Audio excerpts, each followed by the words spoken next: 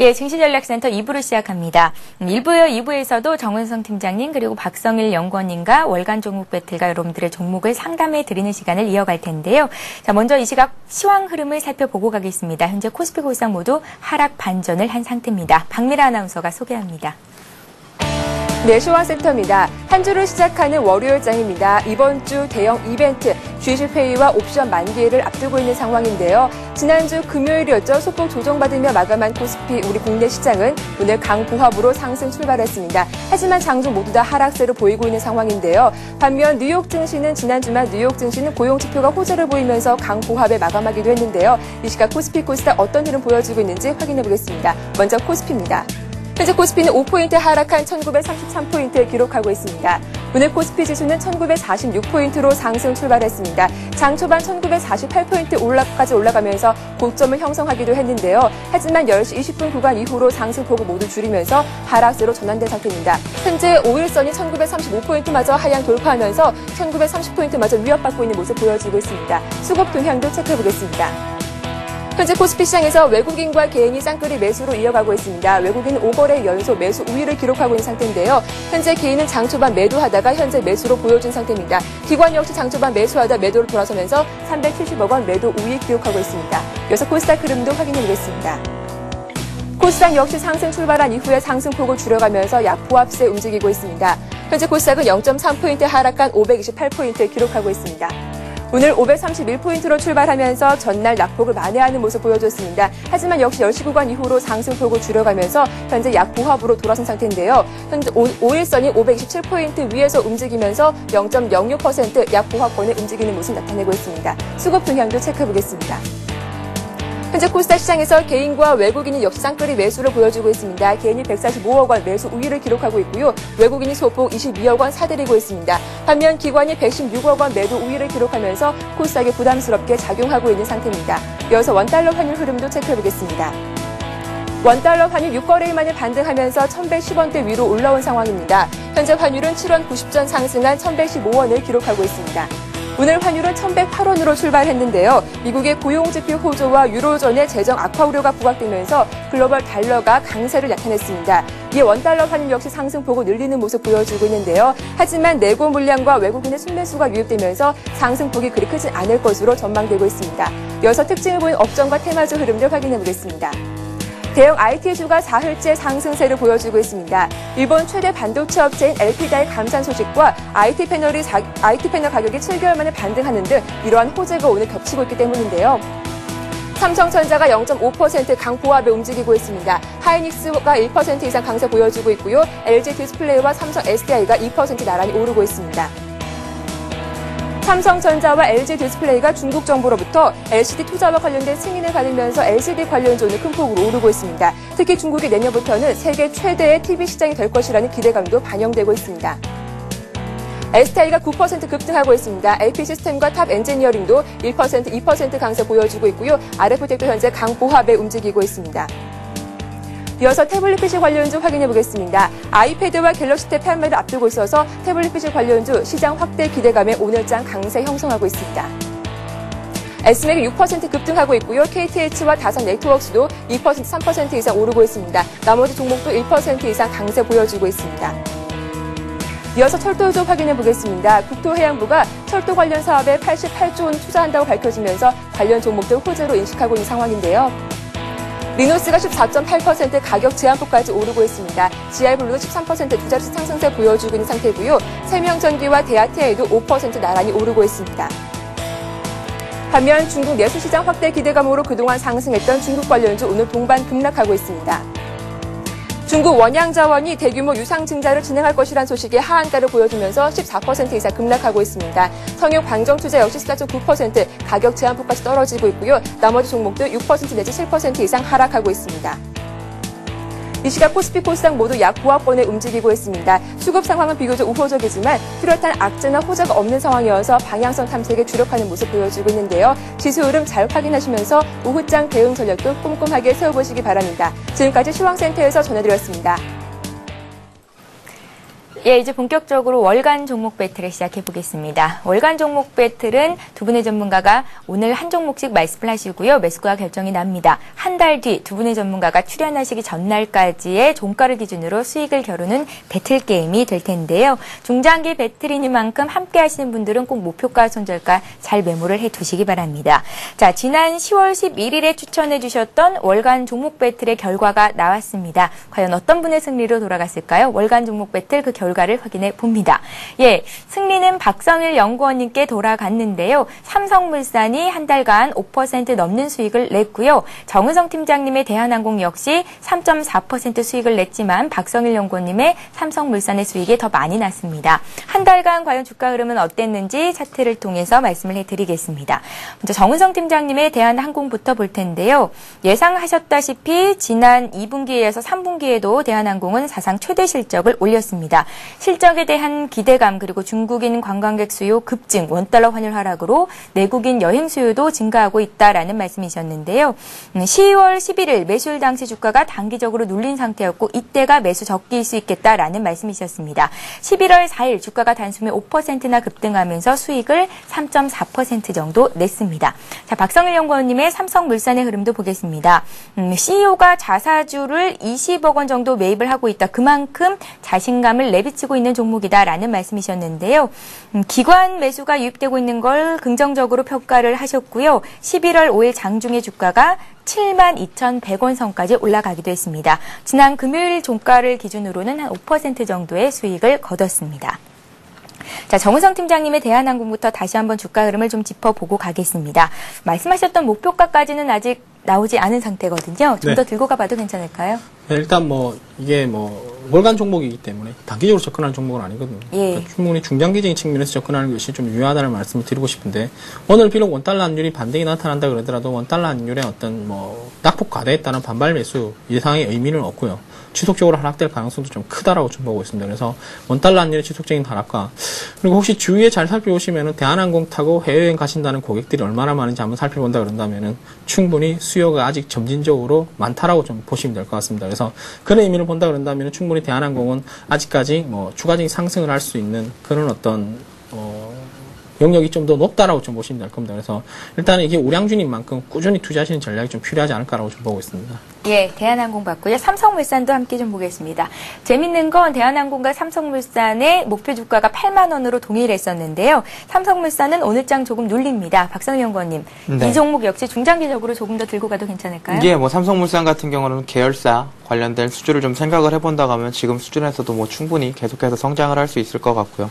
상사 부분은 크게 문제가 되지 않고 건설 부분이 문제일 텐데 최근에 그 전세 가격이 많이 올라왔습니다. 전세 가격이 이런 식으로 계속 올라오다 보면은 지금 아예 투자 심리를 자극을 해서 전세를 사지 않고 사버리겠다는 좀 얘기들이 많이 나오고 있는데요. 건설 경기가 바닥이라는 얘기가 스탠다드 차트에서 좀 나왔는데 그런 의견은 좀 동의를 하는 편이어서 건설 부분이 회복이 된다고 하면 삼성물산은 지금 현재 생각을 봤을 때는 92,400원까지 예전 고점까지도 충분히 갈 수 있지 않을까라는 생각을 좀 하고 있습니다. 그래서 계속해서 추천을 좀 드리도록 하겠습니다. 예, 잘 알겠습니다. 자, 그럼 본격적으로 이제 오늘의 월간 종목 배틀을 시작해 봐야겠죠. 과연 한 달간 수익이 많이 날 것이다. 어떤 종목을 채택하셨을지 두 분의 전문가의 의견을 보겠습니다. 예, 정은성 팀장님께서는 오늘 포스코를 들고 나오셨습니다. 철강금속주가 오늘 강하죠. 박성일 연구원님은 한화를 들고 나오셨는데요. 매수가를 먼저 결정하고 두 분의 전문가께서 왜 이 종목을 채택하셨는지 이유를 들어보겠습니다. 정은성 팀장님의 포스코부터 살펴보겠습니다. 오늘 현대제철 같은 경우에는 장중에 4%가 넘게 급등하고 있는데요. 포스코는 지난 거래일 대비 1% 오른 가격입니다. 48만 원 매수가를 결정하겠습니다. 한화도 살펴보죠. 검찰 수사 소식이 알려진 이후에 주가가 반등을 시도할 때마다 계열사 압수수색 등 추가 악재가 터지면서 맞고 떨어지는 모습을 보였었는데요. 오늘은 1% 정도 지난 거래일 대비 조정이 나옵니다. 43,500원을 매수가로 결정하겠습니다. 자, 정은성 팀장님. 네. 포스코는 4거래일째 오르고 있습니다. 외국계 매수가 들어오고 있는 것으로 분석이 되는데요. 이제 바닥을 어느 정도 다진 걸까요?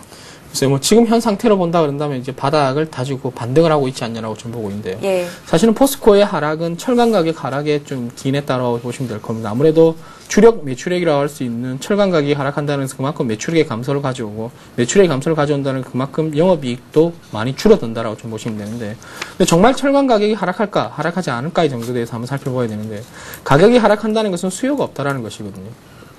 근데 작년과 올해 같은 경우에는 금융위기를 타파하는 수준이라 그런다면 내년에는 경기 확장기라고 좀 보시면 될 겁니다. 그래서 경기 확장기에 당연히 철강에 대한 수요가 증진될 것이라고 예상하고 있기 때문에 철강 가격은 여기서 이제 뭐 마무리되면서 이제 점진적으로 반등이 나타나지 않을까라고 좀 보고 있습니다.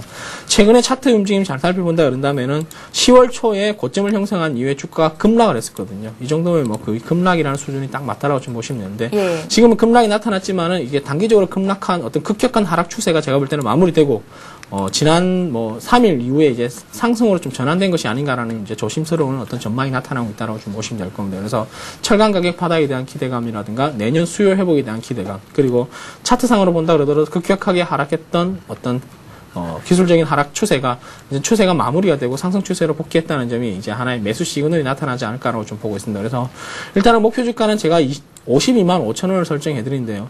52만 5천 원은 제가 볼 때 단기 목표가가 될 가능성이 높습니다. 그래서 일단 목표 주가는 52만 5천 원을 설정하도록 하고요.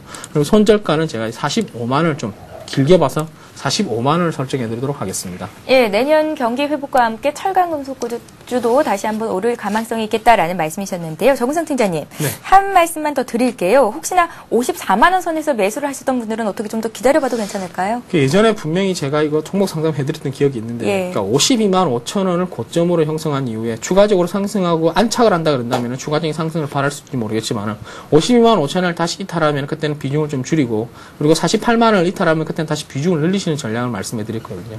지금도 마찬가지입니다. 전략이라는 것은 단기적으로 저항선이 형성됐다 그런다는 것은 기술적으로 저항선이 형성될 가능성이 높거든요. 그래서 지금도 역시 52만 5천 원을 제가 목표가로 설정하는 것은 52만 5천 원에서 계속해서 저항권을 형성했고, 그리고 52만 5천 원을 돌파한 이후에 다시 안착을 하지 못하고 되밀렸다라고 좀 보시면 될 겁니다. 그래서 기준선은 54만 원이 되는 것이 아니라 제가 볼 때는 52만 5천 원이 기준선이 될 것이라고 좀 보고 있고요. 52만 5천 원을 넘어간다 그런다면 그때는 주가가 56만 원대까지 우리가 상승폭을 이어둘 필요가 있습니다. 그래서 지금은 54만 원이라는 어떤 그 가격대에 연연하기보다는 52만 5천 원 기준선을 설정하는 것이 오히려 도움이 되지 않을까라고 좀 보고 있습니다. 예, 잘 알겠습니다. 자, 이제 박성일 연구원님께서 한화를 채택하신 이유를 들어볼 텐데요. 한화에 관심 갖고 계신 분들이 많으실 테지만 이거 지금 사도 되는 거야 라는 생각 갖고 계신 분들도 적지 않을 것 같습니다. 매수의 적기인가요? 네. 예. 한화 보시면 아시겠지만 뭐 최근에 비자금 관련해서 수사 의혹이 계속해서 나오면서 지금 주가가 좀 지지부진한데요. 예. 굉장히 쌉니다. 한화를 생각을 해보면 지금 한화가 한화케미칼하고 대한생명의 대주주인데, 한화케미칼 같은 경우는 올해 초 대비해서 주가가 거의 지금 2배 수준이죠. 2배 수준이라는 건 지분법 이익이 2배라는 얘기고요. 대한생명 같은 경우는 금리 인상 얘기가 계속 나오면서 지금 주가가 상승을 하고 있고 앞으로도 상승을 할 확률이 굉장히 높은데요. 그런 종목들을 자회사로 두고 있는 한화의 주가가 이렇게 지지부진하다는 것 자체는 굉장히 좀 아이러니한 상황이고요. PR 기준으로 봤을 때 지금 6배가 안 되는데요. 보통 STX나 두산이 10배, 그리고 STX 한 20배 정도 가는 걸로 예상을 하고 있는데, 두산도 20배가 좀 넘어갈 거라고 예상을 하고 있는데, 지주사들 대부분이 그렇게 적정한 프리미엄을 받고 있습니다. 그럼에도 불구하고 지금 지주사 중에서 유일하게 많이 올라가지 못하고 있는데요. 지금 이런 단기적인 이슈 자체가 크게 마무리가 된다고 생각을 해봤을 때는 지금 한화 자체는 지금 수준에서 2배까지도 충분히 바라볼 수 있는 아주 좋은 종목입니다. 지분법 이익뿐만 아니라 한화 자체의 계열사들 대부분이 아주 지금 공격적으로 투자를 하고 있고, 특히 한화케미칼 같은 경우 중국 관련 태양광 산업을 인수를 좀 하면서 세계 1위 업체가 돼보겠다는 야심찬 계획을 드러내고 있는데요. 이런 계획 자체가 애널이나 펀드 매니저들이 봤을 때는 충분히 설득력이 있다고 생각이 되기 때문에 주가가 2배 이상 상승을 했다고 예상을 하고 있습니다. 그렇기 때문에 한화 자체는 지금 봤을 때는 굉장히 싸고요. 지금 상황에서 뭐 펀드 환매나 뭐 글로벌 증시 상황에서 지금 유동성이 장세로 들어서기는 했지만 당분간 이렇게 조정이 좀 크게 왔다 갔다 변동성 장세가 될 거라고 예상이 된다고 보면은 가치주나 이렇게 PER 대비해서 굉장히 PBR이 싸고 PER이 싼 종목들을 찾는 게 맞지 않나 싶어서 이번 달 자체는 한화에 좀 집중을 해보시는 게 좋은 전략이라고 제가 말씀을 좀 드리겠습니다. 예, 저 PER 종목이다. 한화를 말씀하셨는데요. 정우성 팀장님의 포스코 그리고 박성일 연구원님의 한화 한 달간 과연 어떤 분의 종목이 수익이 더 많이 났을지는 4주 뒤죠. 12월 6일에 발표를 해드리도록 하겠습니다. 전문가 함께 매매를 하시는 분들은 꼭 목표가, 손절가 잘 메모를 해두셨다가 장중에 발빠르게 대응하시기 바랍니다. 이번 시간은 시청자 여러분들이 갖고 계신 종목을 상담해 드리는 시간입니다. 스타 Q&A 시간을 이어갑니다.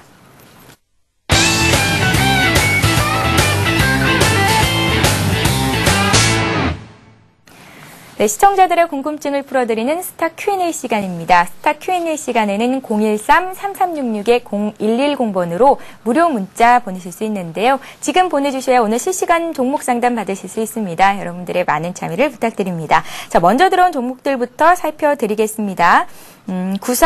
404 하나님께서 한솔 CSN을 상담 요청하셨는데요. 2,500원에 20%를 가지고 계시다라는 말씀이시고요. 목표가를 알고 싶습니다. 상담해 주세요. 라는 말씀도 더 붙여주셨습니다. 현재 가격대가 매수하신 가격 부근인 것 같은데요. 어떻게 볼까요? 네, 한솔 CSN은 물류 운송 사업을 영위하는 업체라고 보시면 될 겁니다. 예. 이제 국내에서는 약 10위 어떤 사업의 규모를 자랑하고 있는 업체인데요.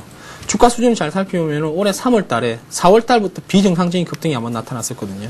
왜 이런 급등이 나타난지는 사실은 알 수가 없다라고 좀 보시면 될 겁니다. 그래서 비정상적인 급등이 나타난 이후에 주가가 조정을 받는데 이 조정을 받으면서 지금 딱 그 기준선이라고 한다 그런다면 저는 2,750원을 설정해드리고 싶은데요.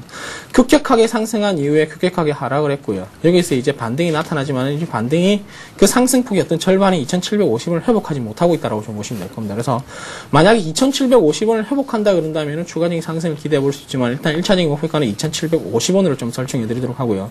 그나마 이제 장기적인 측면에서 본다 그런다면 여전히 이제 뭐 추가적인 상승 쪽에 베팅을 할 수 있다는 게 바로 물류 관련 사업, 즉 경기가 회복된다 그런다면 물류는 활동량이 계속해서 증가될 것이고 이런 사업을 영위하는 업체들은 당연히 매출이 늘어난다라고 좀 보시면 될 겁니다. 그래서 내년까지는 충분히 매출액 증가를 기대해 볼 수 있기 때문에 지금 조급한 대응보다는 여유 있는 대응이 필요하고요. 그리고 지금 현재 차트를 살펴본다 그러더라도 급격하게 하락한 이후에는 견조한 상승세를 좀 이어나가고 있는 그런 모습이라고 좀 보시면 될 겁니다. 그래서 단기의 급락과 급등은 뭐 당분간은 없겠지만은 꾸준한 상승세를 이어날 가능성이 크지 않겠냐. 따라서 2,750원을 목표가로 설정한 이후에 2,750원을 넘어가면은 그때는 뭐 3,000원대까지 한번 더 다시 볼 수 있지 않을까라고 보고 있습니다. 예, 잘 참고하시기 바랍니다. 자, 오늘 국내 상장된 중국 기업들의 주가가 일제히 급락하고 있습니다. 이유는 중국 원양자원의 유증 소식이 전해졌기 때문인 것으로 분석이 되는데요. 그간 중국 내수 소비 진작 소식에 급등세를 이어가던 국내 상장된 중국 기업들 오늘 매물 폭탄을 맞았습니다. 중국 원양자원이 지금 하한가에서 거래가 되고 있는 상황인데요. 문의가 들어와 있어서 상담을 해드리겠습니다. 중국 원양자원을 6743님께서 매수를 하셨고요. 유상증자 뉴스에 급락하고 있는데 손절을 해야 되는 건지 말씀 부탁드립니다. 라고 문의를 하셨습니다. 박성일 연구원님, 예. 어떻게 해석해 하고 계신가요? 뭐 대부분의 기업 다 똑같은데 유증 소식이 나온다고 하면은 첫날 파시는 게 맞습니다. 예. 유증 같은 경우 나온다고 하면 일단 기관들도 수급이 굉장히 안 좋아지는 경향이 심하기 때문에 기관들이 생각보다 그렇게 장기 투자를 좋아하지는 않습니다. 그렇기 때문에 지난달에 샀던 중국 원양자원 물량 계속해서 나올 거라고 예상이 되는데요. 오늘 일단 하한가를 맞았는데 중국 원양자원을 비롯해서 다른 중국주들 굉장히 많이 올라와 있습니다. 지금 주가 수준이 굉장히 많이 올라와 있는 상황이기 때문에 지금 수준에서 뭐 기관, 외국인, 개인들이 판다고 해서 뭐 충분히 수익을 실현하고 나올 수 있는 분들이 많이 있기 때문에 크게 기대하시는 건 좋지 않고요. 지금 차트를 보면서 말씀을 좀 드리면 오늘 하한가가 나왔는데 많이 밀리면 61선까지 밀릴 수 있다고 생각을 하고 있습니다.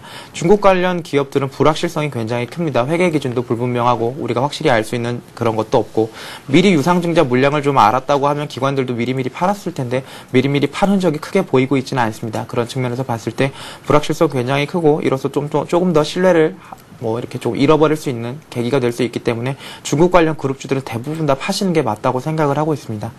예, 중국 원양자원이 오늘 하한가까지 내리면서 1,500원인데요. 61선인 8,000원 소반선까지 밀릴 가능성도 있다라는 말씀이셨습니다. 참고하시고 수익을 내고 계신 분들은 차익 실현하는 게 맞고 또 현재 좀 손실 구간이신 분들도 차익 실현이 아니겠죠. 예, 일단 손절하는 게 맞겠다라는 말씀이셨으니까요. 참고하시기 바랍니다.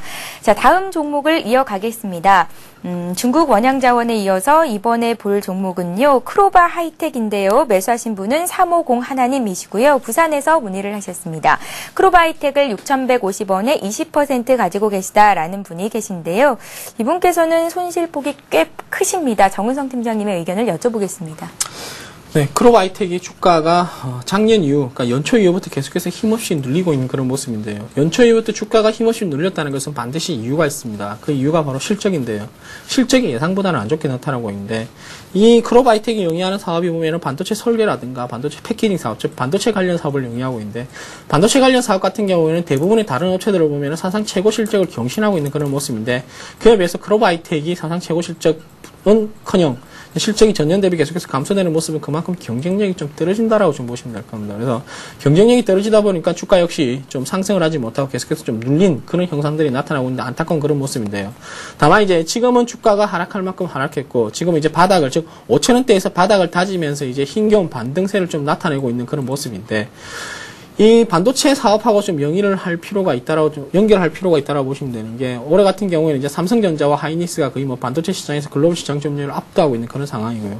오히려 이제 다른 경쟁업체라고 할 수 있는 일본 업체들이 감산 소식이 나타나면서 이제 향후 업종에 대한 어떤 기대감은 여전히 높다라고 좀 보시면 될 겁니다. 따라서 삼성전자와 하이닉스의 어떤 공격적인 설비 투자가 이어진다 그런다면 이에 따른 수혜를 받을 가능성이 높거든요. 그래서 지금 현 상황에서는 제가 볼 때는 뭐 굳이 손절을 하실 필요는 없고 오히려 중장기적인 측면에서 가지고 가는 것이 좋지 않을까라고 좀 보고 있습니다. 예, 잘 참고하시기 바라겠습니다.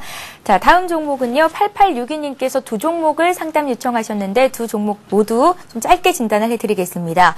비치로테크를 8,680원에 10% 가지고 계시고요. CT&T를 1,365원에 20%를 사셨습니다. 둘 다 매도를 해야 되는 건지 알고 싶습니다. 부탁드립니다 하셨는데요.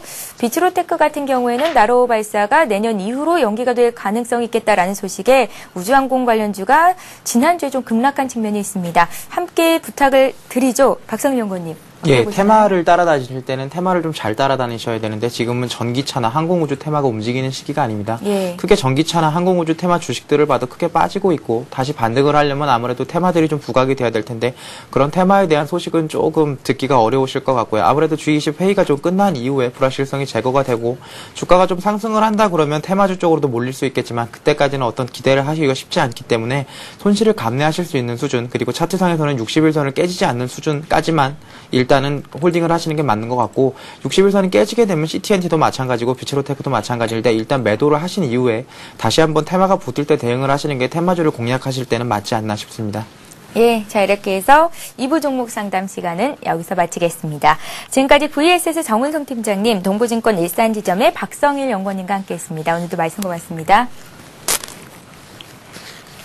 예, 이어지는 3부에서도 역시 013-3366-0110번으로 들어온 여러분들의 문자 종목들 상담을 해드리고 있습니다. 아주 친절한 종목 상담 시간이 기다리고 있으니까요. 매수한 종목의 이름과 매수한 가격 그리고 비중까지 추가적인 궁금증들 함께 남겨주시면 친절하게 상담을 해드리겠습니다. 여러분들의 많은 참여를 부탁드립니다. 저희는 잠시 뒤 3부에서 뵙겠습니다. 고맙습니다.